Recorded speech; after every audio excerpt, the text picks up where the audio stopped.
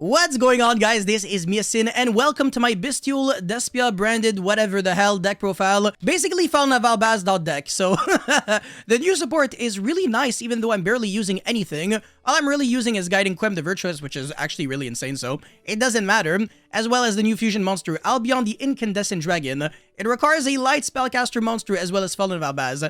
What happens to be a light spellcaster? Oh, Jalgan the Spiritualist, what a coincidence. And this card prevents both players from special summoning monsters while it is on the field. And now you might be thinking, but Yaksign, how do you summon the Jalgan if you just foolish it for Albion?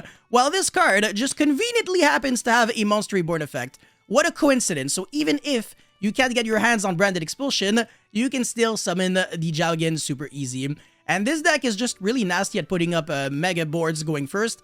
And going second, it's not like it sucked because it breaks boards inherently, and you're also playing a lot of hand traps in your deck. I mean, this is the one deck where Saronir is actually really insane. And how many Bestial monsters is that? Like triple Magnamut, triple Saronir, 1 Baldrake, 1 Druidworm, so 8 actual hand traps. And if you're going first, you also have the Blue Balion, which can search anything.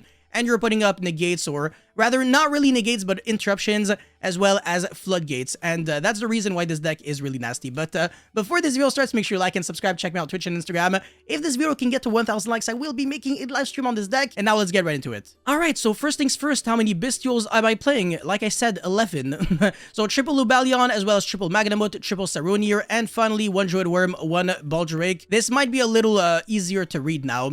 So, yeah, I mean, the Magnamut is a no-brainer because it searches on end phase, and it can also search any dragon monster, which means that sometimes you might want to search this card instead. So the Albion, which can kind of get your engine started, or maybe Fallen Valbaz, but usually you don't do that. And you can also search the Lubalion, which can allow you to search another Magnamut. So indirectly, Magnamut searches Magnamut when you are playing Lubalion, otherwise, not really. And Saronir, like I said, is insane in this deck, like really good, because when it is sent to the graveyard by not even a card effect, just when it's sent to the graveyard, it's so good. You can foolish your deck for any bestial monster or any branded spell and trap card. So you can send the Lubalion, or you can search, send the Retribution, and in the graveyard you can banish the Retribution to recycle back any branded spell and trap in the graveyard to your hand.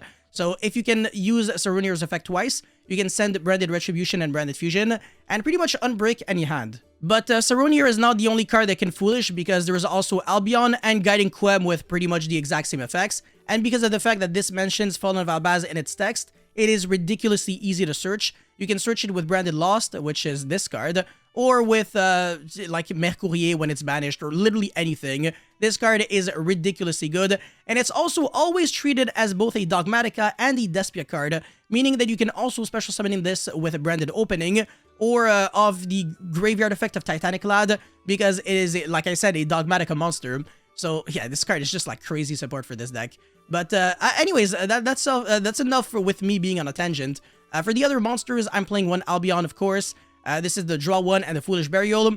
1 Ad Libitum. I'm not playing Polymerization and the Frightfur package in this deck, and the reason for that is because the main deck space is super tight. I really wanted to keep this 40 cards and incorporate as many hand traps as possible, and when I'm playing the Frightfur cards, I might actually start encountering bricks where I only have hands that can really play with Polymerization, and I wanted my hands to just be good even without, relying on Guardian Chimera going second every single time, because that's what the Frightfur cards really allow you to do. Turbo out Guardian Chimera, but then you always have to like commit to the field, and if you can't really get that, you don't really unbrick. So I wanted more consistency cards, and I think I've managed to do that by maybe playing cards like Branded and High Spirits and more bestial monsters. But yeah, Ad Libitum is pretty nice because you still have Branded in red, so you can make Guardian Chimera on your opponent's turn, and then use the effect of Ad Libitum to revive back the Mirror Jade so that you can use its effect again on the opponent's turn. And then obviously triple Aluber. This is typically the normal summon of the deck, but sometimes you might want to normal summon this, and then special summon this off a Branded Opening, or the other way around. It really doesn't matter too much. And even if you already have Branded Fusion access, you can still search other really good cards.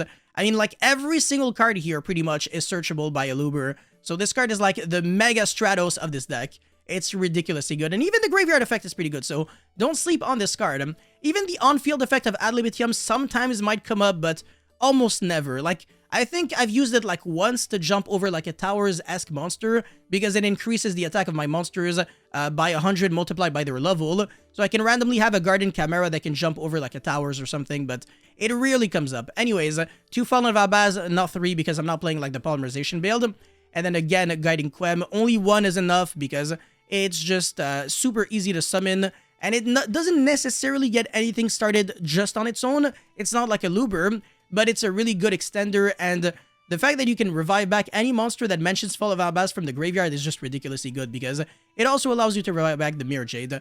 And then, of course, the Trabrigade Mercourier, as well as the Jalgin and the 2 Tragedies. So Tragedy is a no-brainer. You could also play 3, but if you play 3, then you want to play Allure of Darkness, and I don't really want to do that. Same thing with Mercourier. You can also play 3 with 3 Allures. But then you start losing to Droll and Logbird and some other just cards that shouldn't really beat you too much. So I don't really like that particularly. And also we're going to start breaking because you might start drawing hands with like double Mercourier and no Allure. Or like double Tragedy, no Allure, and that's pretty ass cheeks. And of course the Jalgin is the one card that you really do have to play because it is involved in your combo when you're going first and you're just making like a big board of, you know, Jalgin with a bunch of interruptions. So it's either that or other light spellcaster monsters that would hurt your opponent, but I couldn't really think of any other. I think this is the best one.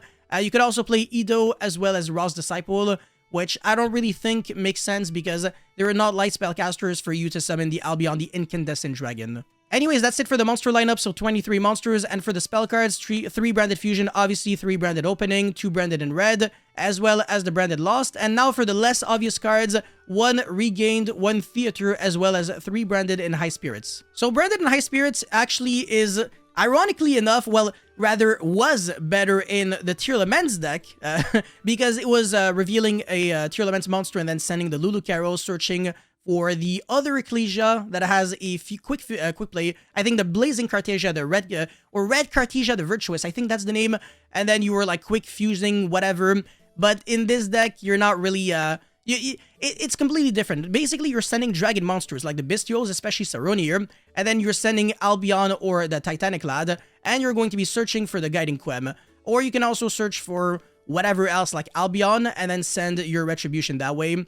So Guiding Quem can't send the Retribution anyway, so if you can Foolish for 2 cards, again, I'm going to repeat myself, it means that you have your engine started because one of your Foolishes is going to be Branded Fusion and the other one is going to be the Retribution, and then you get back the Retribution, so, sorry, the Branded Fusion. And finally, the Theater is a really nice card, allows you to do a lot, so you can fusion summon. It basically has a polymerization-esque effect, and it's searchable, so it really substitutes the Frightful package need. And also, whenever a non-fusion fairy monster you control leaves the field by opponent's card effect or destroyed by battle, so you can even crash your monsters, you can revive back any level 8 or higher fusion monster in your grave, and the effect is not negated, so you can revive back the Mirror Jade, which is really, really nasty, so very good card. And then the trap cards, 1 Expulsion, so that you can revive back the Jalgin, even if you didn't go into Albion, the Incandescent Dragon, as well as Branded Beast and Branded Retribution. So yeah, 40 card main deck, trying to keep it as, you know, minimalistic and consistent as possible, not trying to make it too, you know, complicated by adding weird engines that might just not work in the deck, or like hand traps that'll reduce the consistency drastically.